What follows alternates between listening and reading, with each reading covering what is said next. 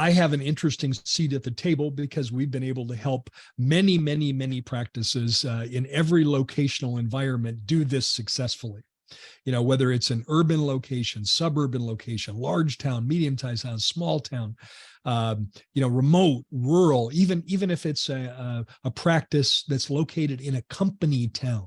Think about Seattle today, Naren. Seattle very much fits the definition of a company town.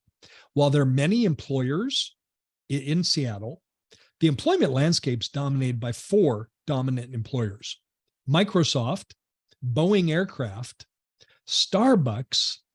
If you think about it, there's other employers, but very much dominated by those 3. And let's add a 4th one, Amazon. Now, all 4 of those offer PPO plans to their employees.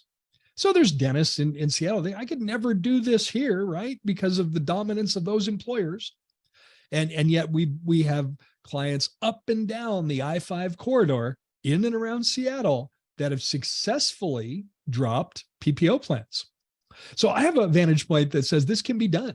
The other thing that kind of influences many doctors on questioning their confidence about whether they can do this is very often a majority of their existing patients are PPO patients. It's not a small number.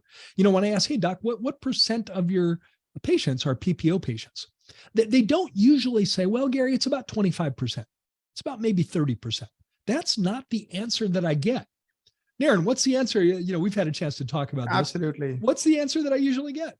Yeah, I mean, most of the time it's 80%, 80 Right. plus %, right? And 75%, it's 80%, it's 85%. The highest we've ever seen was 97% of this doctor's practice were PPO patients. And certainly from that vantage point, his seat at the table said, I wonder if I can do this here. And that's a fair question, don't you think? Absolutely.